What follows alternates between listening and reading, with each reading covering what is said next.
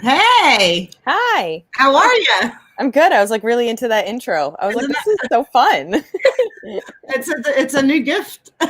Yeah.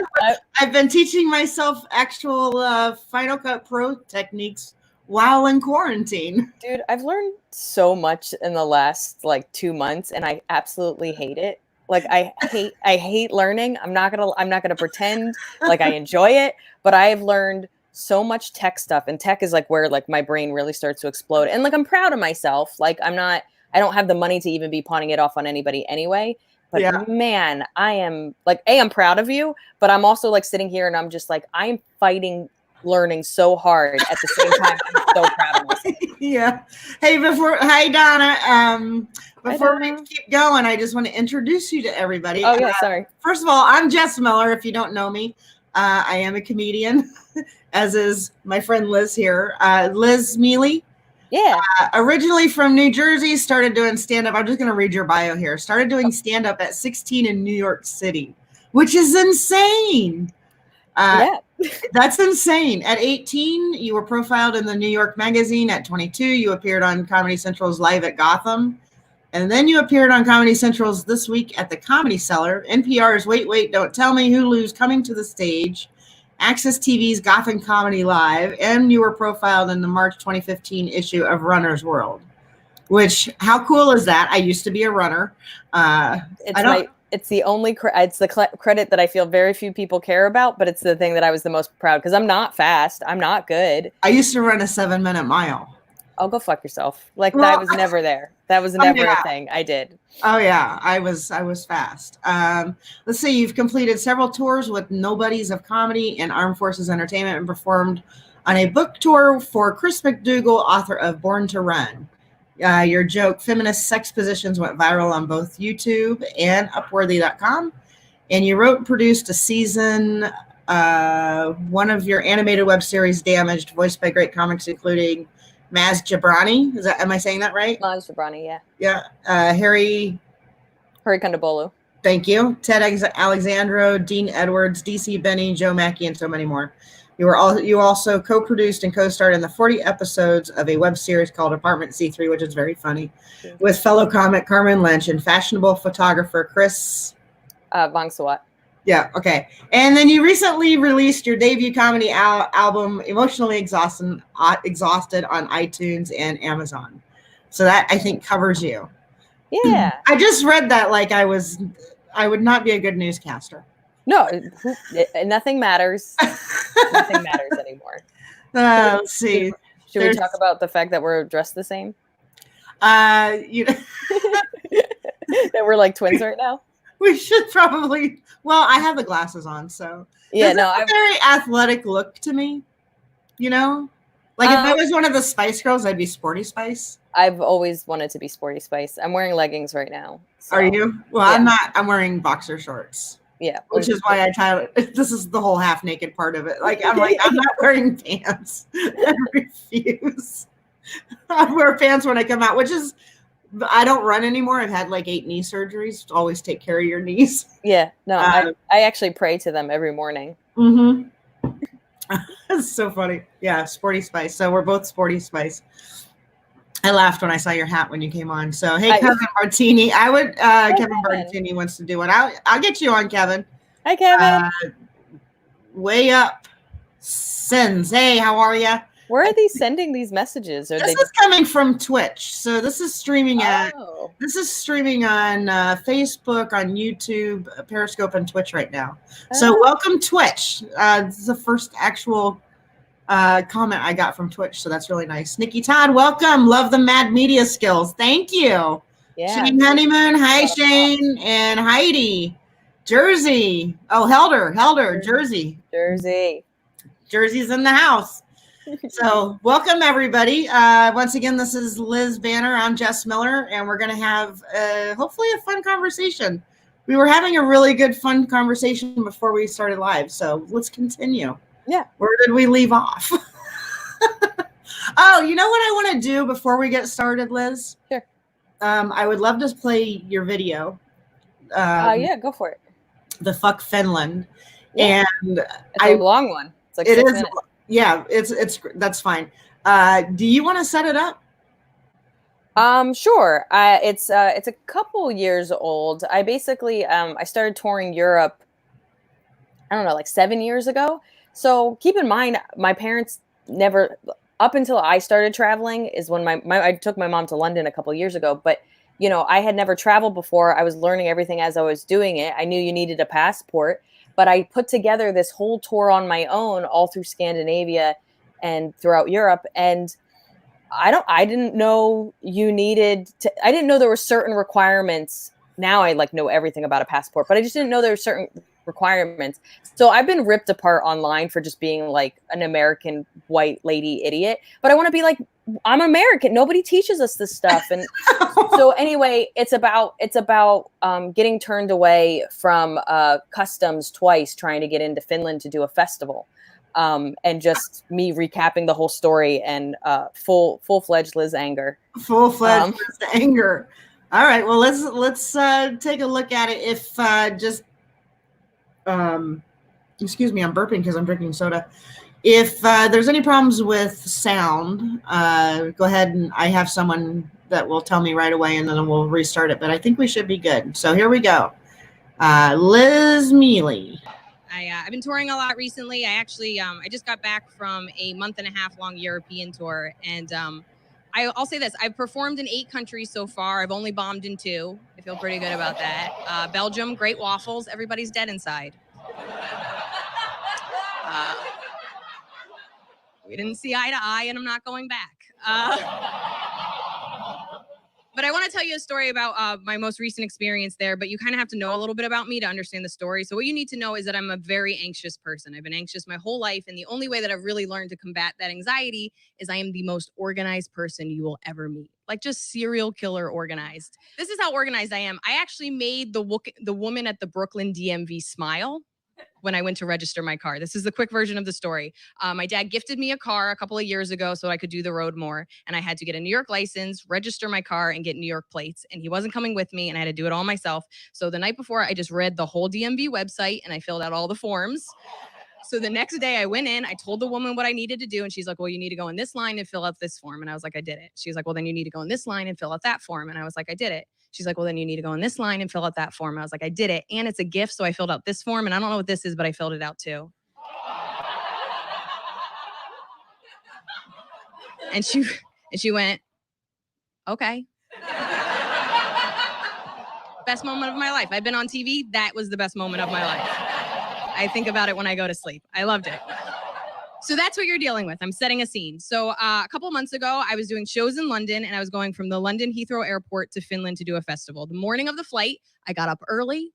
I cooked myself breakfast. I leisurely took the tube to Heathrow. I sauntered through security. Everything went so amazing. I get to my gate. I show the woman my passport, and she goes, I'm sorry, you can't board the plane. And I was like, what? And she goes, we have a 3-month rule. Your passport can't expire within 3 months. I look at my passport. I'm 4 days shy of 3 months. So I offered to do anything this woman needed me to do in a bathroom to make this flight. She wasn't into it. I think I was a little too dark for her. They're very blonde, very Aryan race. So I needed to go there. I was supposed to make a lot of money, so I decided to go to the U.S. Embassy. I jump in a cab. While I'm going there, I realize I probably need passport pictures. So I go to a post office. I get passport pictures. I would say the best way to describe these pictures is it looks like I just murdered my husband, and I'm not sure if I got away with it. It's just like mascara and sweat and panic all over my face. Those are my passport pictures. I take those. I run 4 blocks to the U.S. Embassy. I knock on a bulletproof door. I'm like, hey, I'm supposed to tell jokes in Finland, and they're not letting me in. And that was apparently a good enough reason to get an emergency passport appointment.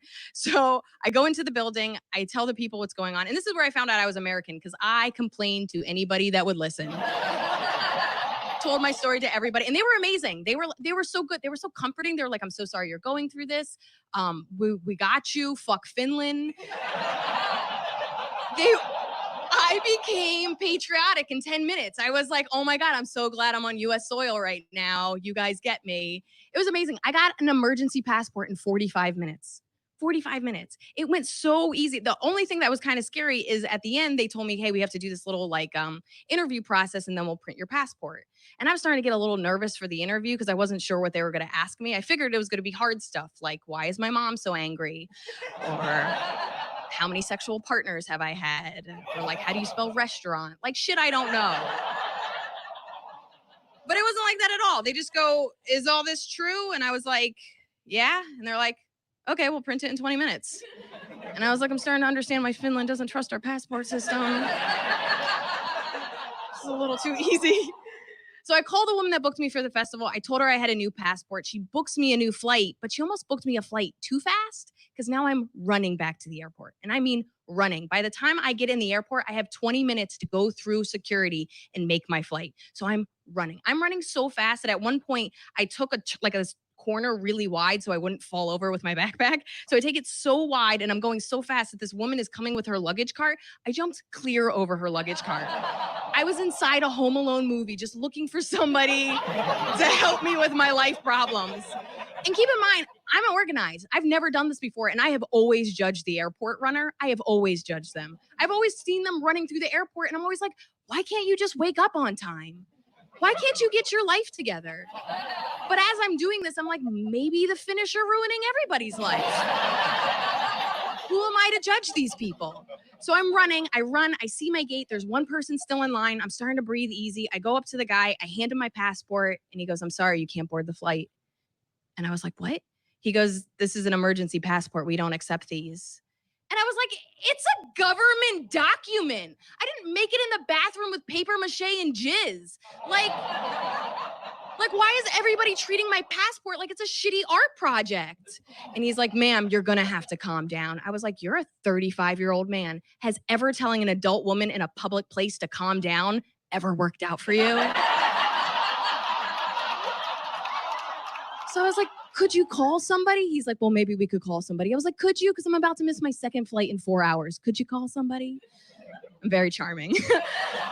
So he starts making phone calls. I'm like, who are you calling? He's like, Helsinki. I was like, is that a dude?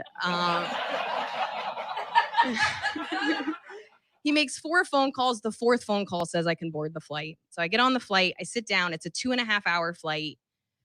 Hour and a half of pure turbulence. Hour and a half. It was so turbulent that at one point the guy next to me actually turned to me and he looked so scared. And I think he wanted me to comfort him. I think he wanted me to hold his hand. He looked really scared. And all I did back was smile like a psychopath. Because all I could think was, of course I'm going to die on this flight. I worked so hard to get here. I'm Liz Miele. Thank you so much. That's such an awesome bit. Yeah, thank you. I love that. You just posted that recently? I posted it a couple of months ago. Honestly, I kind of hold my, like, because everything is on like CDs and stuff, like I give it some time to like what do you call it? People to kind of buy CDs and right, you don't want to burn it. Right. Yeah. And then as I start to, when I'm touring, you know, it takes a little while to write. So as I start to clear stuff out of my touring set, then I feel more comfortable releasing it online. That one was, especially because that one, like, you know, you can make a little bit of money from YouTube, but I can't make any money off that clip because it's like that footage is owned by Hulu. Really? Yeah. It's like, there's some people that don't care, like Access doesn't care. It actually does, and they didn't pay well either. I have no problem saying that it was kind of bullshit. You paid they paid real garbage and just didn't do a good job. So even. They make money, or they copyright. They tag you as a copyright infringement on your own material. Yeah, and this is the thing is it's their footage, so I kind of get it, but it's a little bit like you should fucking share. The thing I don't get is I think I did like a 12-minute set for that Hulu thing. Uh-huh. And I posted video from a completely different set, but it was one of the jokes I had done for them. And YouTube tried to say like, hey, you have copyright infringement. And I was like, hey, I read contracts. My contract says they own the footage, but they don't own my material. There's no fucking way. And it was like a fight back and forth. And they're like, you're right. And I was like, I know I'm right. I would do I have permission to post this? I had permission to post that because you said yes. Yeah, of course. Because I'm gonna get tagged for copyright infringement because of this. I'll guarantee it. I've been tagged a couple of times for showing people's videos. I think it should be fine. I think there's certain things like YouTube, it's because even so, like, it's on my YouTube channel, but they get the money from it. Like I don't see any money that video has accumulated. Not that it's like millions of dollars. We're talking. No, but it adds up. It does over time. But to me, it was important to post because that joke took me like 6 months to polish. Like I was really proud of it. Like it was a very traumatic experience. But also it took a long time to like really hone all the different stories and put them together and really have a flow. Yeah. Yes. And you know how it is, like being able to show somebody why this went the way it did and why this is important. Like, hey, I have a lot of anxiety. This should not happen. I'm a researcher. These things don't happen to me because I calculate and I make sure I do everything. And this specific thing was never on the checklist. And it's funny, all the comments, first of all, everybody in Finland has seen that joke, which just makes me laugh. Right. And they're split down the middle. There's people, I'm not exaggerating. There's people that their response is, someone's talking about us. Like, not exaggerating. There was like a whole back and forth. It was all in Finnish. And my buddy Ali hysterical. Is so funny. My buddy Ali, who's the one that brought me to Finland for the festival, I go, hey, I'm pretty sure they're talking shit about me.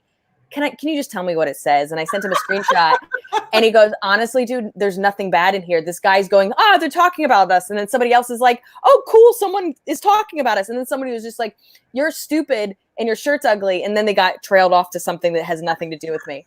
And then the other half don't understand that I know America sucks. Like people are responding to the title and not the actual video. Like they'll be like, fuck Finland, fuck America. I go, yeah, that's what's funny about it. Nobody says fuck Finland. Nobody feels that way. No. Finland has like the best government right now. And this was written before it was like an all-female government and they were like all like 12 years old and doing great stuff. But still, nobody said, like, there was a guy who was like, I'm going to make a video about what a horrible person you are in this video. I go, dude, I'm a comedian. Like, you're taking this too seriously. He goes, well, it's not funny. I go, that's fine, but you're going to look stupid to your 12 followers because you don't understand that I don't mean this. Right. Well, like, you're not even saying fuck Finland in the whole process. Well, and when I say it, it's mostly about a girl traveling and having a bad travel day, and it just happened to be Finland. That you could literally replace any place. You could be like, fuck Texas. Truly. Fuck Washington Dulles. I mean, if you've ever flown out of Dulles, it's awful. It's clearly an airport story. Yeah. And but I find it so funny. I did have a guy that was like, fuck Finland, fuck you, or whatever. And I was like, dude, did you watch it, or are you just reacting to the title? And he goes, I watched it. It was pretty funny. Sorry. He goes, you know what I mean? He's like, I finally watched it. I was like, God, the internet is just so ridiculous. It just makes me laugh. I'm curious. Do you respond to everybody that comments on your stuff? Do you try to? So I don't respond to everybody. I do try to read them every couple of days. I mean, I've been reading them more just because I'm home, and also I'm getting ready to release a special. So I kind of, in responding to people, especially the people that like me, I'm kind of being like, thank you so much. Also, if you enjoy me, this thing's coming out in a couple of weeks. But for the most part, my rule of thumb is there's certain videos that they're just so hateful that even the good comments, I just ignore them. So there's certain videos that are just, it's going to ruin my day. I just don't look at them. But average videos, I read most of them. Anything that's hateful, I ignore. Anything that's nice, I either like it and or respond to it if it needs a response. I would say 1 in 50 hate comments, I might respond if they're creative. I love creative hatred. Creative hatred's fun, right? I like it because honestly, if you're going to be mean, I like creativity. Good for you. You made me laugh. I've had people be mean to me and make me genuinely laugh. Like I had a guy, so I have a freakishly long neck. I don't know if you can see. I see, yeah. Thank you. But I know that about myself and I can get insecure about it. And this guy was like, this girl's not funny and she has a giraffe neck. And it just made me laugh. And I was like, hey man, I get that my comedy is not for everybody and you're not wrong. I have a freakishly long neck. And then 2 days later, he's like, sorry, I was having a bad day. Your neck's not that long. I love that's hysterical. I love that people apologize back if you call them out. Oh yeah, no, and I also I do my best if I do respond even to somebody that's being like viciously mean to me. I try to not meet them at their level. I honestly try to be like, if I'm responding to a hate comment that's mean, I usually try to stick up for myself. I go, hey, you said this, you don't really have all the information. I think you should know X, Y, and Z, but I understand that this is a visceral response. If you don't care, that's fine. Best of luck to you. I just don't think my comedy's for you. Wow. And I've had people come back and go, you know what? It's not for me, but I really appreciate how you approach that. I've had people be like, I got death threats, and then I had somebody apologize for death threats. And I was like, that's good. Maybe think about, the fact that I'm a human and I, that's technically illegal, but, technically, so you can't reach everybody. I don't, like I said, I don't have time for this, nor do I want to have a back and forth with these people. But occasionally when either I'm in a bad mood or it just, the way they said something, I'm like, you can't get away with saying that. Like, all the women aren't funny. I just ignore. I'm just like, it's stupid. But occasionally somebody will say women aren't funny in a creative way. And I'll be like, okay, you got me. And the I'll women aren't funny thing is just, that's really old. But you know what I've been lately responding to, and probably because I have too much time, is hey, I don't think women are funny, but I liked you. And I go, hey. And this is what I respond to every time. Okay. I go, hey, I appreciate what you believe to be a compliment, but I'm gonna be honest with you. If you like what I do, there are thousands of brilliant female comics that aren't oversexed, their tits aren't out, or they're not just talking about sex. Like, I'm not an anomaly. I am just a person you discovered on the internet because that's where we live. Like, honestly, the women that you're seeing on TV, it's not completely true anymore, but I would say a good 70% of the female comics that are easily getting notoriety and more network experience and exposure is because they either talk about sex a lot or they're a sex symbol. Yeah. And then there's tons of people that aren't, but we're getting less stage time if you're just somebody that tells jokes, so that when people discover somebody that is just a female comic that tells jokes, they go, oh, you're the only one that I like. And I have to go, no. And I start giving them recommendations. Many of us. There's so many brilliant female comics that I just refuse to read that, even though it's a specific compliment to me, and I am grateful. And I could go around being like, I'm your only lady. Like, you know what I mean? Just follow me. Yeah, but that doesn't make me feel good, and it's just not true. So those are the ones that they're already a fan, and I very gently kind of push back and I go, hey, thank you. But also there are so many brilliant female comics. Here are a few that I love that if you like me, I have zero doubts you're going to like them as well. Right. Yeah. That's phenomenal. Yeah. And I usually just say thank you because I'm so uncomfortable with that. I'm just like, thank you. Thank you. And I've never actually considered saying no. You know what? I spent most of my life not sticking up for myself, that, I still struggle to do it in the real world, but I've, the same way that people can be a dick behind the screen because there's no consequences. Right. I do feel a little bit like I'm able to have the confidence I'm not always able to have at a party or in a social situation. I'm able to have it a little more. So like if some giant dude that's like 6'5" and I'm barely 5'1" comes up to me and is just like mean or whatever, I might not push back because I'm scared, but there's a little bit of a barrier, and I could be like, actually, Frank, I don't think you're as informed as you think you are. Or, in real life, I'd be like, actually, Frank, so I love that you named him Frank. Yeah, in my mind, he sounds like a Frank. He's like 50. Nobody's ever talked to him because he's 6'5", and I made up a whole story. You did it well. You did that right on the spot too, right? Yeah, no, there's always a Frank. There's always a Frank. That's hysterical. How long have you been doing comedy? It was 18 years last month. Or no, in March. Happy anniversary. Oh, really? Happy anniversary. What a way to kick off your 18th year. Yeah, right. I was in the middle of doing like my own tour that like I was doing a small theater tour. I had booked everything myself. It was like a lot of work, but I was like really proud of myself, and fans were coming out and I was experimenting. I was like, it just felt like the last 5 years of work was really kind of coming together. And then the universe was like, hey, we have to do a start over for everybody. So sorry. Everybody's getting a start over. And I know there's people out there that was like, I could have really used a start over. This is great. But I didn't want to start over. Yeah. Jess, when you have momentum. Yeah. And you were getting a lot of momentum. Like you had a ton of it. Yeah. It's fun to watch people that, you know. I know the last time we worked together was 5 years ago up here in Northampton.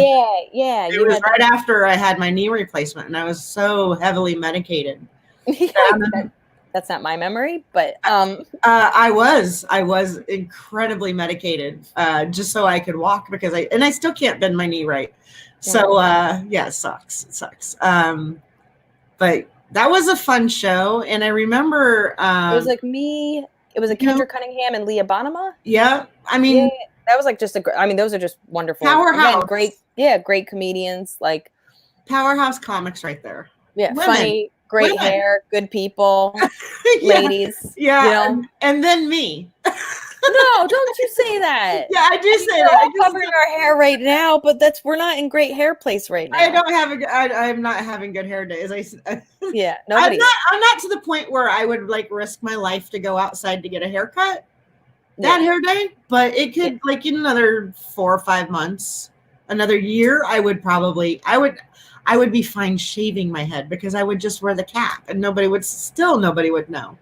But eventually your hair would grow out in a sense that you could at least put it back. Like I never knew how to French braid my hair. And every time I shower, which isn't often, I've been like teaching myself how to, it's a mess now because I keep sleeping on it, but I've been teaching myself to French braid. But like, I do like, there's creative updos that I've never applied myself to. You could do a whole tutorial online. I am this close to being one of those like makeup artists. I would watch that.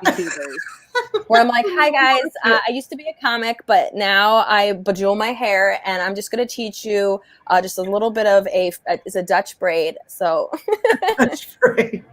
Yeah, that's yeah. Oh. The things that we're able to teach ourselves when we have nothing to do. But I've like learned so much just from watching like tutorials. Like that's where, to the point where like I keep trying to tell people, they'll be like, hey, how'd you do this? And I'm like, I could show you, but just so you know, I'm at like lesson 102 and I'm teaching people at 101. Like you're gonna ask me a question from the advanced course and I'm not there. I'm truly a teacher reading the chapter before everybody else to teach them. That's hysterical. What are you finding so far the most interesting in terms of learning things? I guess like for me, I don't know if anything I'm learning is interesting. It's just helping me. So like I started a podcast. So I like had to figure out how to launch a podcast, how to have the RSS feed go to different places, where people are getting into, what helps your podcast get more views, all that kind of crap. So it's like, It's just very disjointed and it's like half PR, half just getting yourself out there. That's why I was very impressed with your little launch video. Because thank you. That's work. And when you get that to all come together, you're just like, I don't need anybody. Yeah, it's fun because I still have to do when I do a character called Dottie Mae who reads books. And she's, long hair, makeup, eyelashes, and she's very inappropriate as she's reading children's books. Yeah. And I can't figure out for the life of me it takes time to put these things together. Like, I know we were talking before we went live, like how long it takes to put a set together or a bit together. It's a long process. Like, you're in 18 years, so you have recycled your material, right? Like, you're just the fuck Finland. Like, are you still doing material from when you first started? No, not at all. I would say most jokes, like every 2.5 years, it's a new hour. Right. So I'm 8 years in and I'm still working on my full hour. Yeah, of course. I have an hour and a half worth of material, but I haven't taped anything. And so until I tape something, I don't want to just put it out on the internet and burn it and then not have anybody come. But at this point, I'm sort of like, maybe I'll just do it and start all over because everybody's starting over, but I don't really want to start over.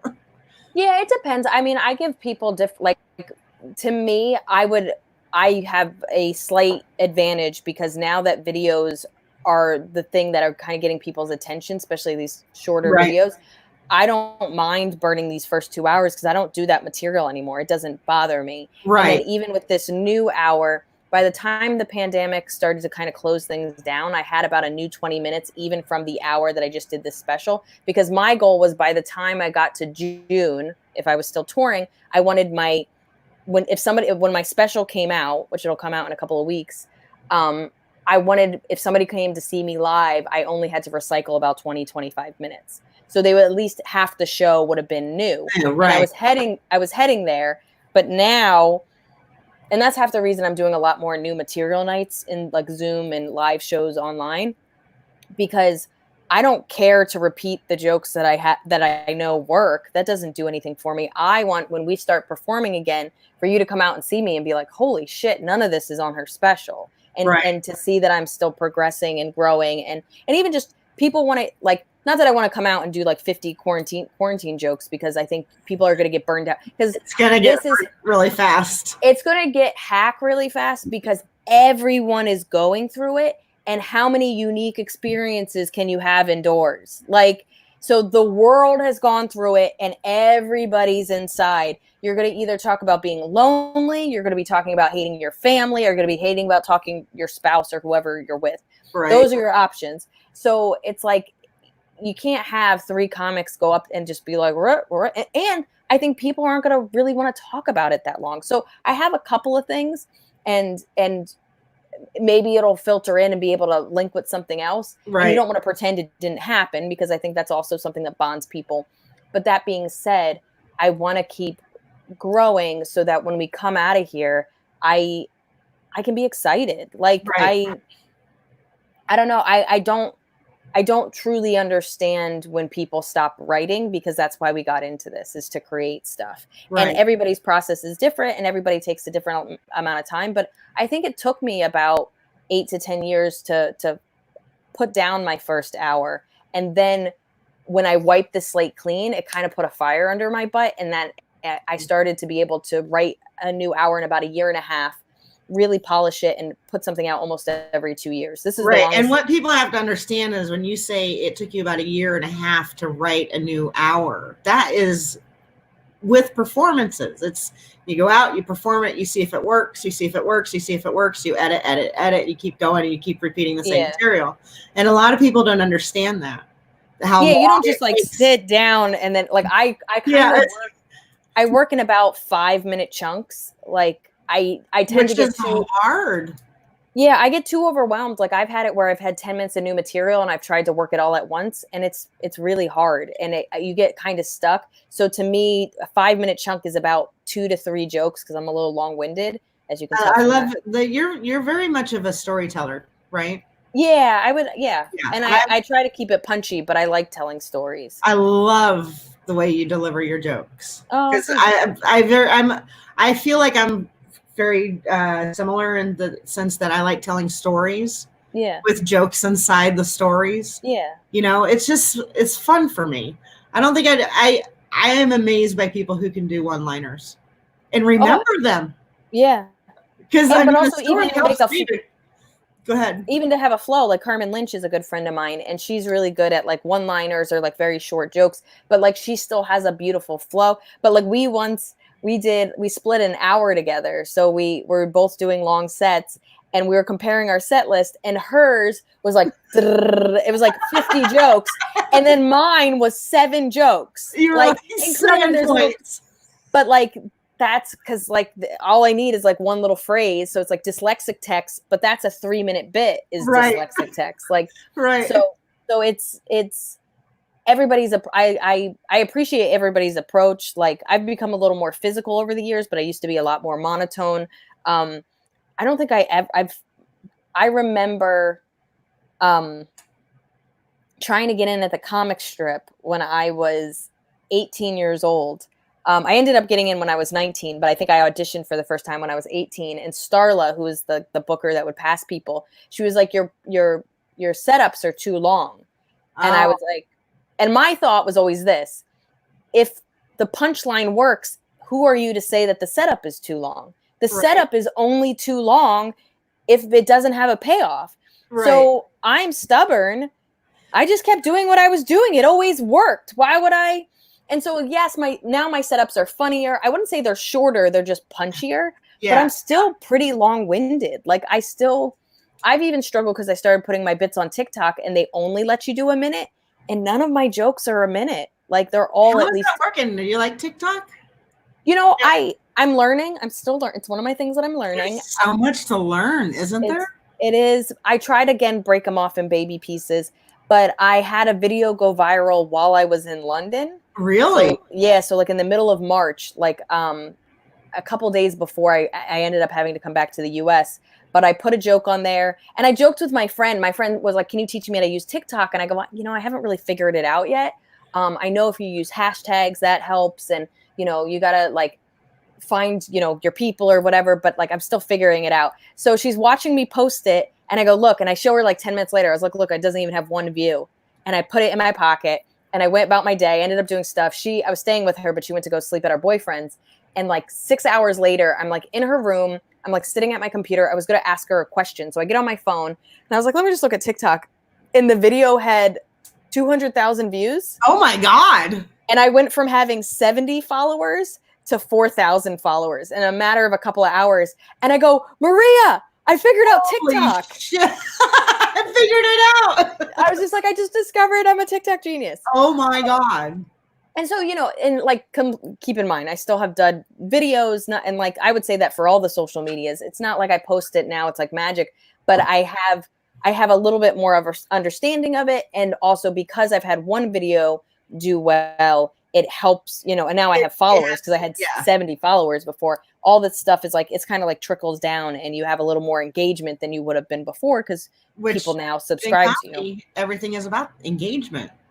Absolutely. And now I don't fear posting boring stuff because if it doesn't do well, I don't care. But if 100 people see it, 100 people more saw it than I thought. And now I get comments on my YouTube and my Instagram that are like, "I discovered you on TikTok." So to me, this is all just free media. I just want people to about something. Are you the one that's posting all of this? Or are you the one doing all the work? Yeah. So I that's insane. Like, because you're doing your own videos. You're editing your own videos. Yeah. And then you're entering all the text. Yeah.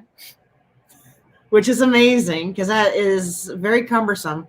Yeah, no, it's a lot of work. Luckily, I'll hire people out when it's long. Like the Fuck Finland one, I was like, I will lose my goddamn mind. So that one, like there's like a company that'll like transcribe it for you and stuff like that. Like now when something's longer than 2 minutes, I was like, there's no reason to get suicidal for this video. It's, you know, it's pause, play, right? Yeah. And it's pause, right? No, back up, write it, pause it, play it. I mean, I go through my set at least once, I would say once every 6 months, to be fair. Yeah. And I write it down. I go through my very last set and I physically write it down. Yeah. So I have it, you know, and I should probably do it at least maybe once a month, my last set.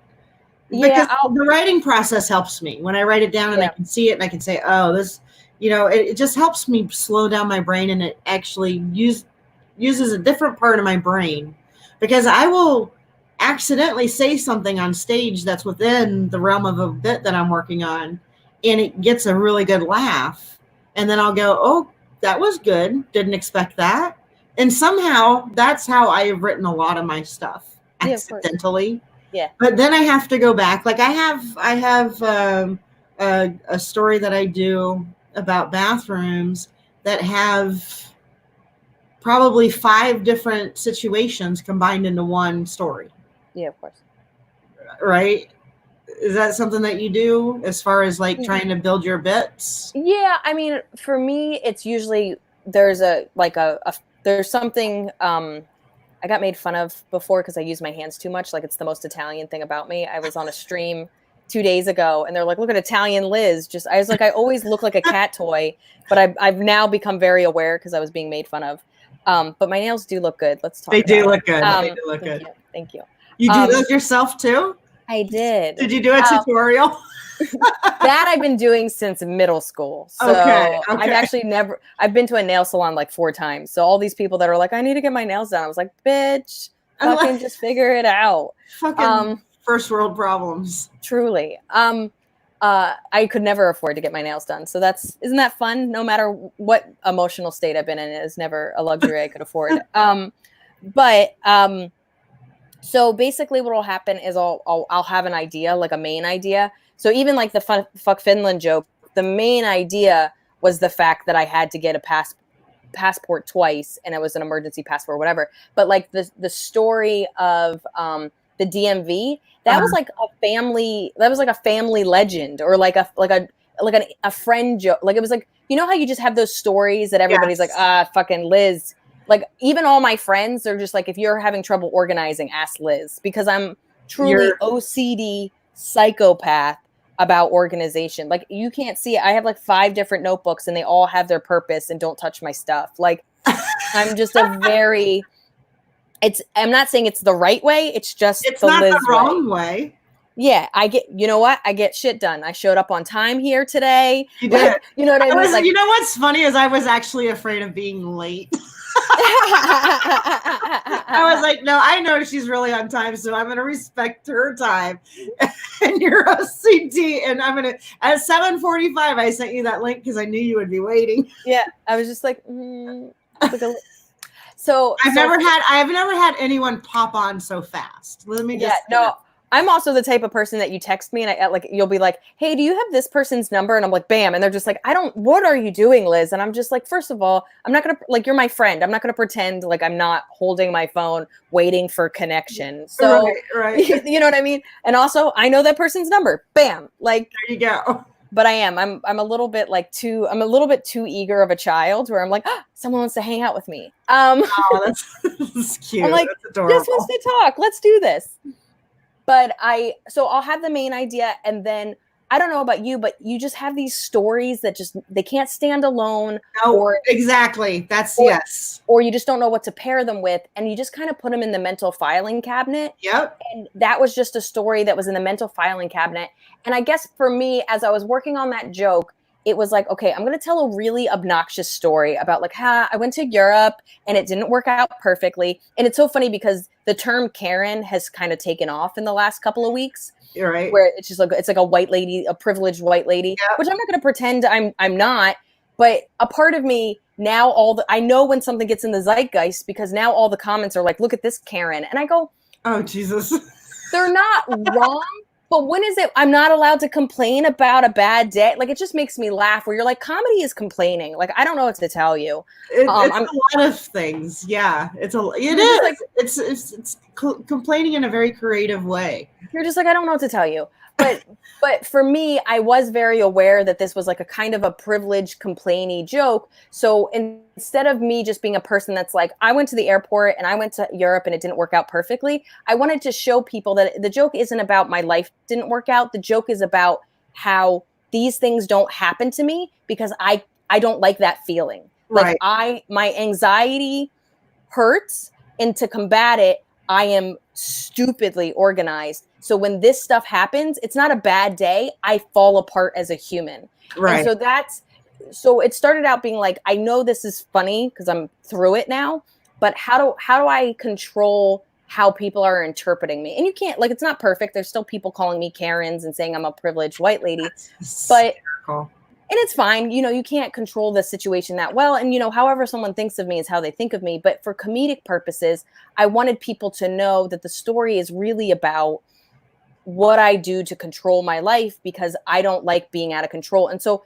when I started to realize that it was about control, that's where the DMV story came in. But that's also where the pulling back and saying I used to make fun of the people that run through airports came from, because what people don't understand is I'm running through an airport, but that I don't run through airports. I judge people that run through airports. Actually, on my CD, there's a version that I actually like better than the one I posted, where I talk about my heart growing, 3 sizes from that, like almost like the Grinch that stole Christmas.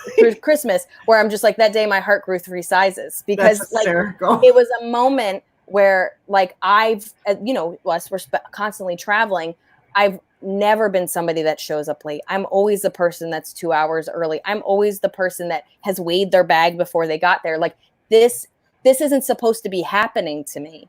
And Right. so what I was doing is filtering in other stories and thoughts to let people know that this isn't just a story about an airport and missing a flight. This is a story about a woman that fought her whole life to never have this happen to her, and now it's happening. And I think that's where these little baby stories start to get pushed together, is because you're trying to control the narrative of how someone's interpreting your story. Right. I think that's brilliant. And like there's other stories from that day that didn't make the cut because they didn't fit the narrative, if that makes sense. So like that story is a larger story, but things get cut because you go, the real story that I'm trying to tell is that I'm an organized, anxious person, not really about the airport. That's just the filter. So there were other bad things that happened that day, but that's not the story we're telling. So I think that's where my gift is as a storyteller, but I also think that's when I start to help people with joke writing and storytelling. You don't need to tell them all the details. You need to tell them the right details. Right. For that. So DC Benny, so you know DC Benny, right? Yeah. So I love DC. I think Benny's amazing. So I remember this so clearly. He has I don't even know what the actual bit is about, but he has this detail. Sorry, I'm trying to cover up my hair, but it's actually itchy. He has this detail. That's probably because you need to take a shower. Shut up. You shut up. You don't know me. You can't smell me. That's facts, but no. It's only because you've mentioned it a couple of times, like I haven't even showered. You can't make me. Everybody keeps going, hey, is it okay that it's video? And I go, yeah. And then I show up on video like this, and they're like, oh, we thought you were going to like try. And I was like, I thought you were going to try. I don't try. I'm done trying. The first night I did this, before you get to your DC Benny story, the first night I did this, it was with Sean Morton. I don't know if you know him. He's a sweetheart of a man. And he's the only other person that I've actually dressed alike with. Like I showed up at a comedy show and we were both wearing the exact same outfit. Like I always wear my black shirt and I always wear a pair of jeans, but these particular jeans were holy, and he's hosting and I was just like, oh Jesus, like it was so awkward and funny at the same time. But the first night, so I did this the first night and he was my guest. And I call it half naked conversations because honestly, we do not have to get dressed from the waist down. Yeah, we don't. You can be completely naked. It doesn't matter. As long as you're dressed from the waist up, you're fine, right? Yeah. Half naked. It made sense to me because so without thinking about it, we started talking about cell phones and I was like, oh my God, I have an old one. I have a flip phone. And I just got up and walked into the kitchen, which like if I just move this a little bit here, you see there, you can see the kitchen, right? Yeah. So I keep it like this. And I just like got up, walked into the kitchen. I came back and he's like, starts talking about underwear. And I was like, I don't understand why. And he was like, yours are gray. Because I was wearing boxer shorts. Yeah. I wore the same exact boxer shorts. And I was like, I'm going to have to make a mental note not to stand up in the middle of. Or put on pants. These are the rules. Or put on pants. Yeah, hilarious. Yeah, I mean, half naked. If you use the hashtag half naked, you don't know who you're going to get into this room. That's true. But so far, I've been very lucky. Very few people come in, but you never know. Yeah. So go ahead. So the DC Benny story. Oh, but I was just going to say, DC Benny has a story, and when he's painting the picture of this story, he's on the subway, and a Snapple bottle is just rolling from one side of the train to the other side of the train, and nobody's stopping it. Nobody's picking it up. And it's just this detail in the story, but it builds up the story and it kind of sets the tone. Like, so it sounds like it's just this, why are you putting that in the story? But as he builds, and I can't even, it's just like one of those like vivid details where I'm like, it's so funny and it helps the story move along and it sets the tone of the subway that right. I'm like, I think that's the thing that people don't understand is it might seem like a minor detail or it might seem like you're saying every single thing that happened to you, but there's clearly so much that's being left out because you're only picking the details that push the narrative and the story forward. Right. Yeah. How much do you do in terms of, because I know, and I want to mention this because if anybody is watching this, and I know there are people watching and people who watch afterwards, you do Zoom Diner. That's zoomdiner.com, right? You've actually created a website for it. I don't think it's not a website. Or is it's it just with Stand Up Ticks? Yeah, it's just Stand Up Ticks. I kind of created. So off of your website, people can go, they can check out your website, lizmiele.com. Yeah, and they can buy tickets to the next 2 Zoom diners. So it's like all experimental. I love this idea. I think it's amazing. Yeah, so I first started out with a couple of weeks ago. I just wanted to do new material, and we do new material shows all the time. But I have a hard time writing if I'm not performing or I don't have anything to push me. So I had been written all these ideas in quarantine, but I wasn't fleshing them out and really pushing the idea to a full joke because I didn't know where to do it. And I hadn't really been doing, and all the Zoom shows that I was getting invited to, it was like polished material. And I was like, I don't want to do polished material. So I was like, okay, people are asking me when I'm touring, and that's not going to happen for a while. Let me just invite them to see me do new material, be super honest about it. Hey, I'm going to have my note. This is what I do every week. Because I do it in New York City, but I've never really done it for my fans. So I was like, okay, I'm going to have notes. Some stuff isn't going to have punchlines. It's going to be sloppy, but this is my process. Right. You can pay whatever you want. You can pay $1, you can pay $10. I don't give a shit. But this is what I'm going to do for 20 minutes. And I had it like this where you can't hear the audience, but they could leave comments. And I was like, let's try it. And if you like a joke, you can say like the last line. You could be like cookie dough, ha ha ha ha. And I'll be like, oh, they like the cookie dough joke. So I tried it and it worked really well. People were really generous. And then I got a lot of intel. And then like you were talking about, you write so much on stage. And I didn't know if I was going to have that same feeling when I wasn't on stage getting a reaction. But it allowed me to just riff. So like I had ideas written down, but then I would go into like storytelling mode, or I'd start like just telling ideas. And then again, I might tell a version of the story the first time with all the unnecessary details because I'm trying to figure out what's important. And through hearing laughter or then even writing it out and looking at the page, I'll be like, well, they don't need to know about my mother and they should know this.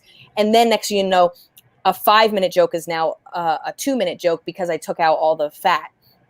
So I did that and I was able to riff and people enjoyed it and they were like, oh, and they liked being a part of the process. So I was like, okay, how do I do this with my friends so that because all my friends were saying the same thing. Like, I'm having trouble writing. I don't have any motivation. I'm not sure how to make money. So I was like, okay, let's try doing it where it's us. And we do what, like, so I started with Carmen and Adrian because those are my 2 best friends, Carmen Lynch and Adrian Appalucci, both very brilliant comedians. Very, very funny.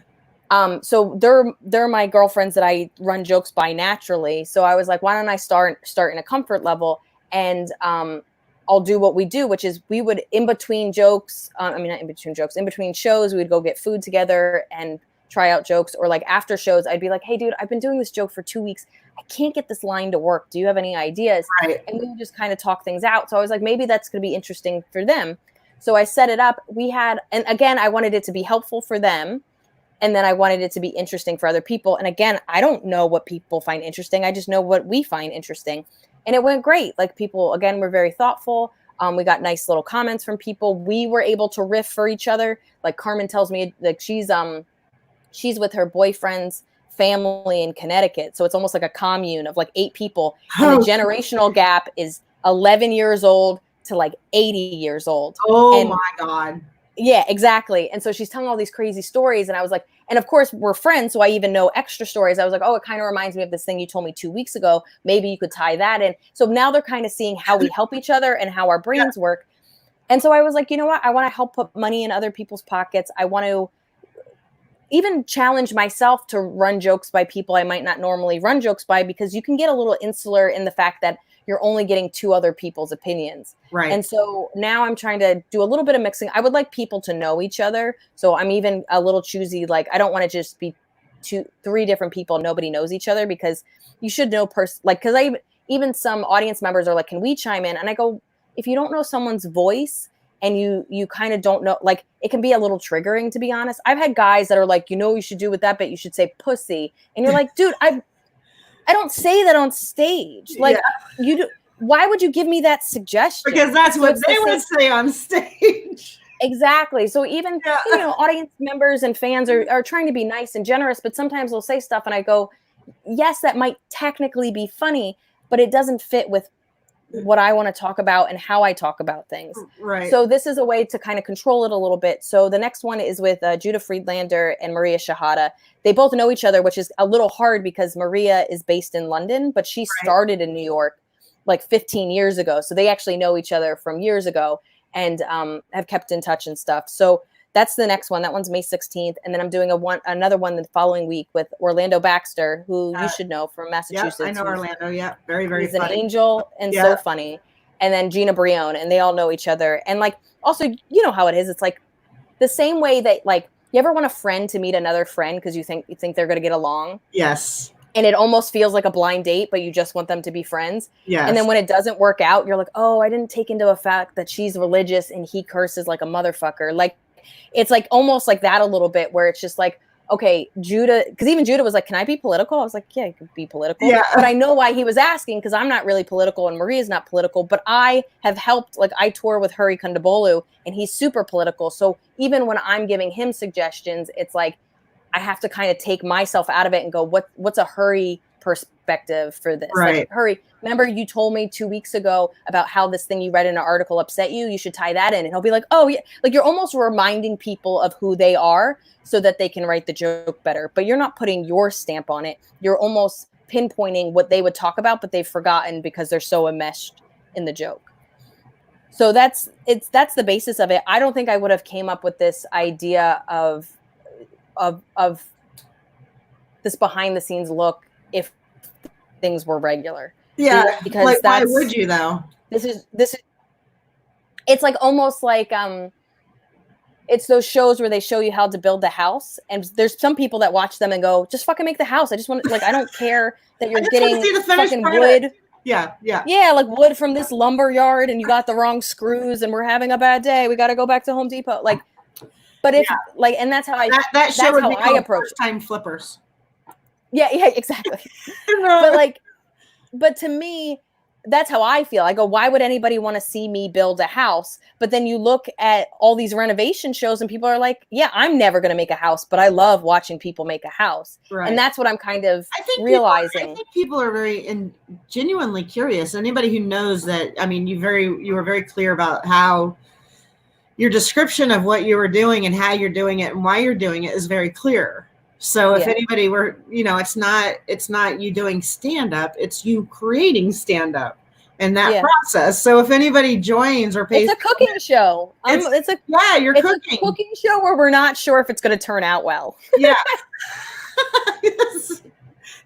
I think you met my wife, Stephanie. She's the worst cook in the world. She knows that I actually wanted to sign her up for Worst Cooks in America. Oh, that's so nice. Is it with loving relationship? I couldn't do it because I'm a very selfish person. I was like, you're not getting a TV credit before me. Yeah, exactly. I was like, that is not going to happen. I mean, she gets on the show and you're just like popping out, telling jokes. Like, that would be my credit. Like going on stage, people would be like, and her wife was on the Worst Cooks of America on the Food Network. And I'd be like, yeah, that's me. Yeah, you're vomiting as you come on stage to prove it. Yeah, I can't sign you up for that. It's so funny. Oh my God, yeah. So I mean, it's amazing. Like you work really, really hard at the stuff that you're doing, and I don't know that people. I hope people can appreciate the amount of work that goes into putting your content out and doing the things that you're doing, even though you're sending out for transcription. I would like to get a note after we get off of this on who you're going through. Of course.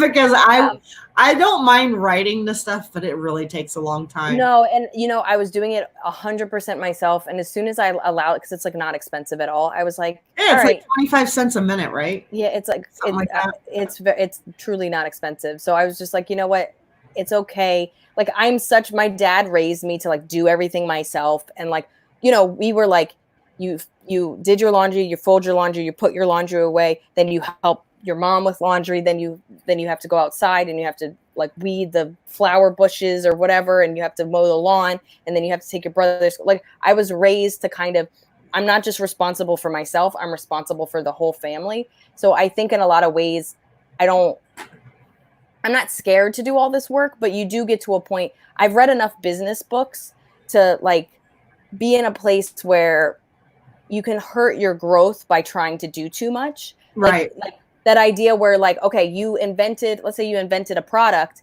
you made the thing that people, what do you call it? The thing that people model it after, the prototype, you make the prototype, you find the people that are going to make it. You're doing the PR, you're finding the backers, you're doing all the stuff. You can't do it all. Fine. But all of a sudden you have 1 million orders. You can't be there boxing them all up, or you're going to have angry customers. You have to hire employees. And I think I'm starting to get to a place where, like, I had an intern for a little bit that did my newsletter.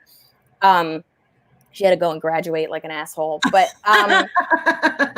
but that was like my first delegation where I was just like, all right, I don't enjoy doing my newsletter, but it's important to do my newsletter. So I'm going to teach somebody how to do it. Right. Somebody else there. So I'm starting to get better about delegating because I am like a one-man band doing like 9 jobs. It's super important. I tried, I learned that lesson. I learn it every day. I don't learn it every day. When I'm producing shows, it's very time consuming. You know, like I sometimes wonder if I made a mistake by producing more shows instead of focusing more on comedy, because I love the performance aspect. I'm so happy performing, you know, and I get really angry producing. It's like a Jekyll and Hyde kind of thing, you know, and I'm like, but I'm generally a very happy person. So Steph still wants to go on the show. That's hysterical. So I never want to come off as an asshole, but I'm also like super strict or rigid about how I do things, because I started in New York City. You know, I started at Caroline's. I took the class. I learned from the pros, Vince August and Linda Smith. And, you know, like that's where I met Leah Bonema. And, you know, like I met pretty much everyone I know through New York City has been an offshoot of Caroline's and where I started. And then, you know, like wanting to do things right. And that there's a reason that things are successful in stand-up, you know? So I don't deviate very much, which it's a weird thing. I don't know how it's relating to delegation. I mean, I did a stand-up comedy club in December. I think I had sent you a message to see if you were available for any of the dates, but I think you were out of the country in December, right? Or you were busy. You were something. Or maybe that was, no, I think I sent you actually something. I do remember you email, but it doesn't matter now because, but I did it. Shows don't happen. Shows don't happen. It's a really fucked up, weird, bizarre kind of situation. That was an interesting kind of experiment, having a comedy club, because we did it full 25 days of comedy, raising toys or collecting toys for foster kids. And it was a legit comedy club. And it's one of those things where it's like, you have to trust that things will work out. And I'm a very firm believer of that. I'm pretty actually relaxed about stuff like that. Like I have really, really, really good people on my team that I love and adore, and they're phenomenal. And I can just walk away and I know it gets done. But that's years of work, you know? Of course. I'm not organized. I can teach you. Can you teach me? Yeah. I really suck at organization. It's so funny because like there's people that want me to teach like comedy classes, and I've done a couple like helping out like with the New York Comedy Club. I've done some like social media seminars and like best practices. Mm-hmm. But I think what if somebody was like, if you could teach a class, what would you teach? Fucking organization. Like I'm self-taught. It's changed my life. It's the reason. This is the funniest part about my organization, by the way. I talk about being overloaded. When it starts to fail me, so I'm dyslexic, and that also is one of the reasons I'm organized, is because like I can write things wrong and be a mess. When I'm really tired, like when I was like, this is the nice thing about being grounded now and not being able to fly or go anywhere is I'm Right. actually sleeping for the first time. But I was in a place where I was traveling every 2 days. I was in a different time zone. Oh I was my like God. 6 a.m. flights, perform at night, get up at 5 again. Like I was a mess. And this is what starts to happen. I start to write dates wrong and I start to misschedule things. I showed up. This was in, so I left for Europe in February. This was in January. I showed up to one of my gigs a week early. Oops. So I was supposed to be at New York Comedy Club. I had 3 spots and I showed up a full week early. And I was like, hey, I'm not on the schedule. What is that? And they're like, you're not booked. And I go, no, look, Amy texted me. And they're like, yeah, that says for the next week. And I was like, no. So I was like, Jesus. And then 2 weeks later, I show up at West Side Comedy Club. I showed up a month early. And I thought I was running late to the gig. Like the train was stuck. And I was like texting the booker and she wasn't getting back to me. And I was like, that's so weird. So now I'm thinking I'm about to miss. I run downstairs. The booker sees me and she goes, what are you doing here? oh, did you need something? And I go, yeah, aren't I on now? And she goes, no. And I go, oh. And then I thought about it and I was like, am I on in a month? And she's like, yeah. Yeah. And I was like, cool. And then my friend who manages was like, do you need a hug? And I was like, yeah, because I just traveled an hour and a half a month early. Oh my God. She's like, do you want tacos? I was like, I do want tacos. Yeah. I literally was like, it's hard when you're moving and you're busy like this. And it's not one of those things where you just show up, you go on stage and you're done, right? There's a lot of work that goes into comedy. There's a lot of preparation. There's a lot of marketing, and it doesn't matter if you're producing a show or if you're producing your own show. And I mean, you produce a lot of shows.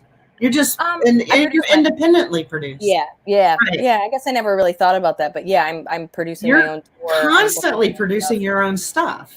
Yeah. Which is a lot of work. And then you go on stage and you do your thing, and then you meet people because everybody wants to meet you afterwards, and then you go home. I don't know about you. I get amped up after a performance. So I have a very difficult time falling asleep. Same. Yeah. Right. And so that just repeats itself, not on the level that you're doing it, but on a micro level that I'm doing it, it's still the same. It throws your whole schedule off. I get it. When I did the OMG, when I did the comedy club, I booked 70 some odd comics, 75 comics. Wow.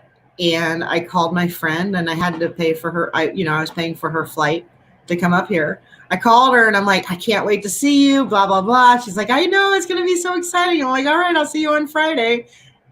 Hung up the phone, no big deal. Calls me the next day and says, so you're not expecting to see me this weekend, right? And I'm like, yes, I am. And she's like, well, I'm not coming this weekend. And I'm like, well, I have you on the poster for this weekend. She's right. She says, yeah, but you booked my flight for next weekend. Oh my God. And I was like, oh shit. Like, so, I mean, I had to like, okay, what comedians can I flip out? Yeah. Yeah. She's coming up and I paid for this shit. Yeah. Right?